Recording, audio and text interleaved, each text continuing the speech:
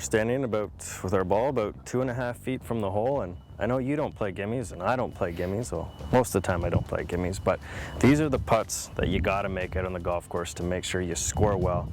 We've learned the consistency of the speed of the greens. You've got to feel for the speed. You showed us that in the last TaylorMade Swing School segment.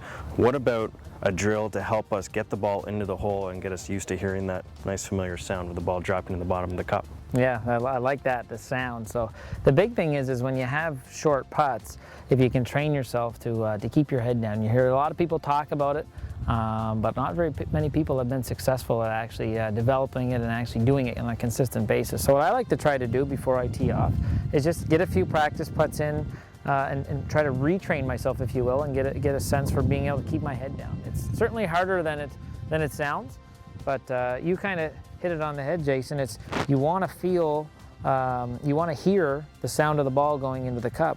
So with short little putts, the one thing I'll focus on more than any other is trying to make my stroke and not watch the ball go in the hole. Again, you'll see so many people, they'll be coming into the ball and their head is lifting and their body is turning.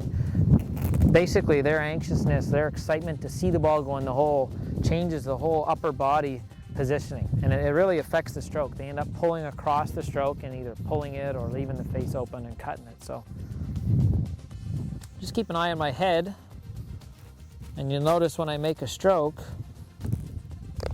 is that my eyes are down and my head is very still, and I was able to just hear the sound of that ball going into the cup. So again, line it up, take a look at the hole, back, through, eyes stay right where the ball was, and I'm able to hear it go into the hole. So it's something I think when I was a kid I heard Nick Faldo talk about, Gary Player. There's been a lot of great players and a lot of great putters. That's Tiger Woods, Annika, some great ones have certainly worked on that, and if you watch them on important putts, quite often they do not watch the ball go in the hole. They're able to keep their head very still. So it's an often thrown around piece of advice. I don't think very many golfers have been able to master it, but I'll tell you what, if you can't master it here on the practice green, you got no chance of doing it on the golf course. So practice it here, develop your habits and tendencies here, and maybe you'll be able to keep your head down and listen to it go in the cup on the golf course. Good luck with that.